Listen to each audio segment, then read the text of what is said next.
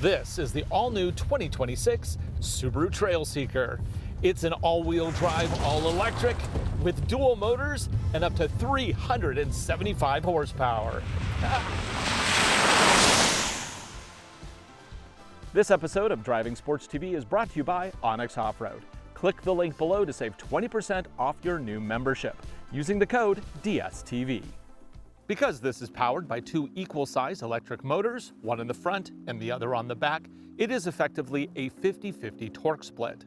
This is enhanced with Subaru's X-Mode and Grip Control off-road traction systems. We'll play with those a little bit later in this video. The Trailseeker is essentially an all-electric wagon that is similar in size and shape to the previous generation Subaru Outback. The model we're testing today is a limited trim, which is rated at up to 274 miles of range with the standard 74.7 kilowatt-hour battery. The charging port is NACS, and it can go from 10 to 80% in as little as 28 minutes on a 150 kilowatt DC fast charger. At home, you can easily get a full charge on a 40 amp level 2 charger if you leave it overnight. Where I live, out here in Western Washington, not only is our power mostly green, it's also really cheap. I pay about 8 cents per kilowatt hour. That just went up from 7 cents. And that means I can fully charge this for a little less than $6. Price of this Trailseeker Limited in Daybreak Blue Pearl paint is $45,840 US, including destination. For optimal charging in cold weather, the Trailseeker here does support battery preconditioning, and there are a couple ways you can do it. For that, I just go to Vehicle, Battery Preconditioning, General, and then click the preconditioning icon right there. Once I click that option, it'll then start to warm the battery. However, that's not the most efficient way to do it. The best way to do it is to tie it into navigation. And some car makers actually do a really good job with this. I have to have the option enabled, which is fine. You can just leave that on, battery preconditioning with navigation. So now I need to use the built-in navigation for this to function properly. So let's pretend like we're going to navigate to Portland, Oregon. Let's go to the navigation there. Navigate to Portland, Oregon. I found Portland. Would you like to go now? Yes. Once I have the route to Portland set, I can then add a charging station, find charging station en route. I found 15 results along your route. So at this point, it is now added into the system. Because it knows that it's a charging station, it'll then precondition the battery as I get closer to it. But the part I don't love about it is, how do I know that it knows that that's a charging station? You just have to assume. Even though this is a battery electric built in partnership with Toyota, it actually drives like a Subaru. It just has the extra heft from the battery. Here we have the return of the squircle steering wheel. It's squared off so we get a better view of the gauge cluster up there. The Toyota version does have the round steering wheel, which I find problematic for the way that I sit. I just can't get a good view of the gauge cluster. This fixes that problem. And overall, I don't mind this setup. I kind of like having my gauge cluster right in my eye line.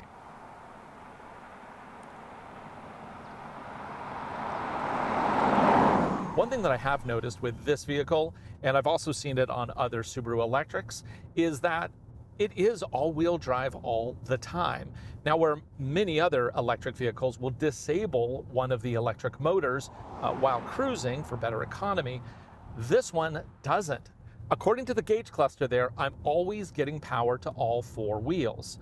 Now, it does vary, of course, depending on how much power is being put out by the electric motor, but there is power going down. And I actually confirmed this with the engineers from Subaru.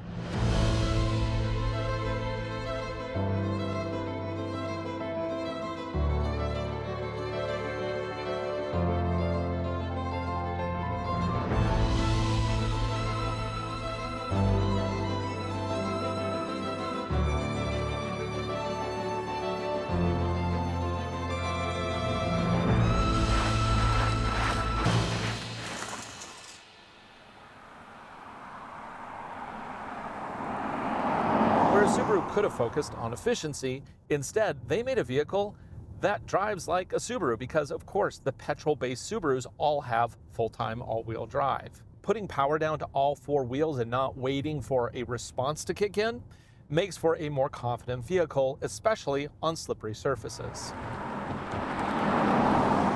Of course, here we have two electric motors that each are putting down 225 horsepower. That's nuts! Let's try a quick throttle drop and see exactly what that feels like. Now the road surface, you can't really tell, but it's a little wet. Let's go ahead and stop. It's gonna go put the drive mode into power, and 3, 2, 1, punch it. Good Lord! Okay, Subaru claims 4.4 seconds, 0 to 60. I can absolutely see that. Whew! There are paddles up here, but those are not for shifting gears because, of course, this doesn't have a traditional gearbox. Instead, they are for regen. If I go all the way to max regen and I take my foot off the throttle, you can see that, yeah, this isn't really a single pedal drive mode. It will, of course, put maximum regen on, and it's slowing the car down because of that regen, but it is not a single pedal mode. If you really want a single pedal mode, you gotta go, with something like a Nissan Leaf. I think the Chevy Bolt also offers it when it comes back. But anyway, you're not gonna find it here. Instead, you just have multiple levels of regen, and if you turn it all the way off, you get a vehicle that basically free rolls just like a traditional car. And that is one thing that I just really like about the way Subaru designs their electrics. They feel like a normal car. There's no relearning anything. Yes, the gauge cluster layout is a little different, but the way things work in here, it just feels right. Okay, now that we got painted lines, let's test out the adaptive cruise control system. Whereas many other electrics do offer an autonomous mode for freeway driving, such as Blue Cruise, Super Cruise, and the like, the Subaru doesn't in this vehicle. The closest we have is traffic jam assist, which this is actually running on Toyota's safety system, and that is the same hands-free system that I have on my Toyota Land Cruiser. It actually works really well when you're backed up in traffic. You can just take your hands off and let it do the driving, but it does cut off at 25 miles per hour, and you are geo-fenced, so it only works on approved highways. You also need to maintain a subscription. You do get a free trial, but once that's done, it's a nominal fee to continue using it. On my Toyota, I have it packaged in with some other stuff, and I pay 15 bucks a month. What we do have here is an adaptive cruise control that works pretty well. We got lane detection, lane centering, and let's see just how well it can go around this corner. Now, of course, this is hands-on adaptive cruise. I'm just taking my hands off so you can see it's doing a really good job of cutting down the middle of the lane. So in the early days of the adaptive cruise systems, some were really good and some were really bad. I think we're getting to the point now where most of these systems are pretty equivalent. As a commuter car, this thing is very quiet, very comfortable, and of course it's also very quick. But how does it do off-road? Well, now we're going back to the Peninsula Proving Grounds where we're going to check out a few more of its features and then put it to the test.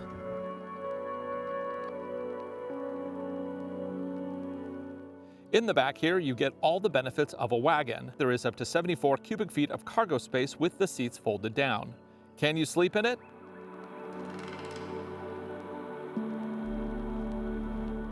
No problem. You can even tailgate out of the weather thanks to the liftgate and the curved back. In the back here is also a 1500 watt AC power socket, and under the floor is a charging cable, a fix-a-flat, and a recovery loop. Unfortunately, there is no spare tire. Up front, there is no front trunk or frunk. Instead, they've put all the supporting electronics up here. But on the upside, you do get easy access to all the owner-maintainable fluids. The second row can fit an adult rather easy. I'm 6'1", legs torso proportionate, and I fit great. Back here, there's also seat warmers, USB-C power, and vents. Plus, you also get a fold-down armrest with cup holders. Now we're going to put the Trailseeker's all-wheel drive system to the test. We're going to start with a hill descent control test. Now there's actually two ways you can do hill descent control with this vehicle.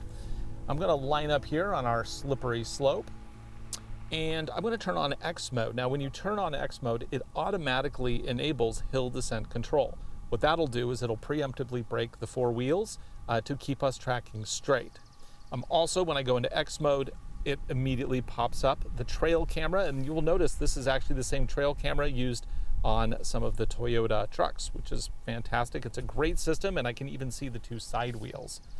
Now, the X mode hill descent control system basically takes my approach speed, and then I lift off the brake, and then it'll ease me down.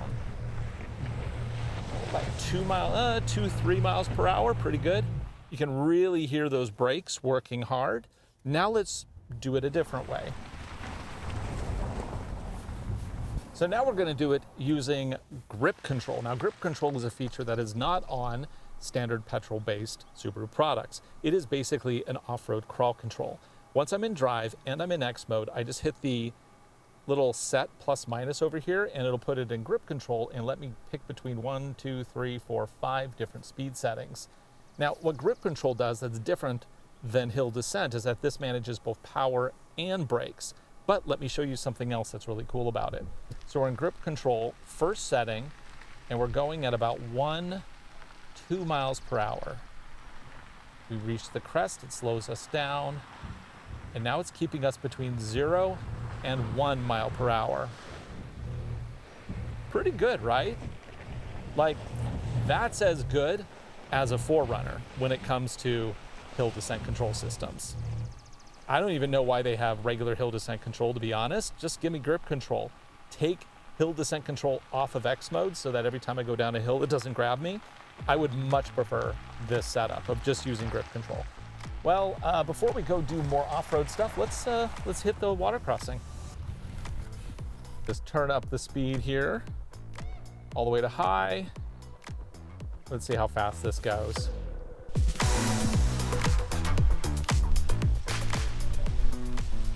I think as high as about 6, 7 miles per hour. Of course, we can also just hit the throttle for a nice splash.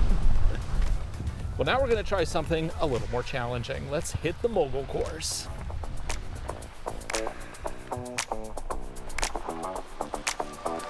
On the mogul course here, we are going to test its ability to shift power left to right around the system. Now, there is no drive shaft down the middle, so this is basically just going to be using wheel brakes to manage power in both the front and rear open differentials. What I'm going to do is make sure we're in X mode, which we already are. I'm not going to use grip control for this because I just kind of want to see how well it does. Now, there's two different versions of X mode. There's standard snow dirt, and then there's deep snow and mud. Deep snow and mud allows for additional wheel spin, probably not necessary here, so we're just going to start with snow dirt mode. Love that front camera system, and let's see what this can do. Now we have 8.5 inches of ground clearance, which is pretty close to the standard 8.7 that you get on other Subaru crossovers. And the one thing I want to point out here is that Subaru could have gone all in on efficiency with these. They could have probably eked out a few more miles of range if they dropped the car to a lower profile. So basically, if they dropped it from 8.5 inches of ground clearance to 6 or 5 inches, it would have had better efficiency. But Subaru went with practicality here. Like, what do you need? Can you do a trail like this? I certainly wouldn't take a Lucid Air through a trail like this. So I'm just adding a little throttle. I want the vehicle to shift power. Oh, so nice. Honestly, with these two beefy electric motors, it should have no problem shifting that power. It's got plenty of torque to spare. Just add more throttle. I'm just like 10% in on the throttle. I'm just letting the car do all the work. Now, we don't have all-terrain tires here. We're just using street tires. They're a set of Bridgestone all seasons on 20-inch wheels, and it is doing a fantastic job here. I'm just doing it slowly. Now, the reason I'm not just charging through, because you could use momentum, but that's not the test. Also, you go too quick, you can kind of crash down on things and really cause problems. Nice. Well, let's do Sandslide and see how well it does there. So on Sandslide here, I am going to switch it into deep snow and mud and take a look at how much more wheel spin there is on this as I lift up that passenger side tire. Oops. It's detecting collision because we have a hill in front of us. Yes, come on. Can't detect the slope. Okay, adding throttle. You can see more of that wheel braking kicking in. And up and over. Yeah, no problem. Does a really good job. And then tilt. No hits. 8.5 inches is doing the work. Nice. Well, let's finish the ridge here. Okay, for the ridge here, I am going to go back to standard X mode. So this is snow dirt. I don't know if we're going to crunch the nose here or not, because the approach angle I didn't get a figure on, but I don't think it's very much. It's probably 19 at the best. So we're just going to slowly go so that I don't hit plastic into the plow plastic into the gravel. Okay, not too bad. I'm going to put the back down there, which is going to lift up the driver's side wheel, remove traction, and I'm just going to lift and drive out. Nice. You know what? I got to give credit to this thing. It is absolutely phenomenal. This is, I think, my favorite electric. And it's not because it's the best. To me, the most Swiss Army knife electric you can buy. You can drive this daily. You can do a small road trip with it fairly reasonably. And of course, it also has off-road capability that, you know, outside of a Rivian R1S, you're just not going to find. For Driving Sports TV, I'm Ryan Douthit. Thanks for watching. Be sure to like, subscribe, share videos. We make them for you. I hope you enjoy them. We're going to try to get one of these back in the coming months and do some more advanced testing with it. But I hope you enjoyed this review of the new 2026 Subaru Trailseeker.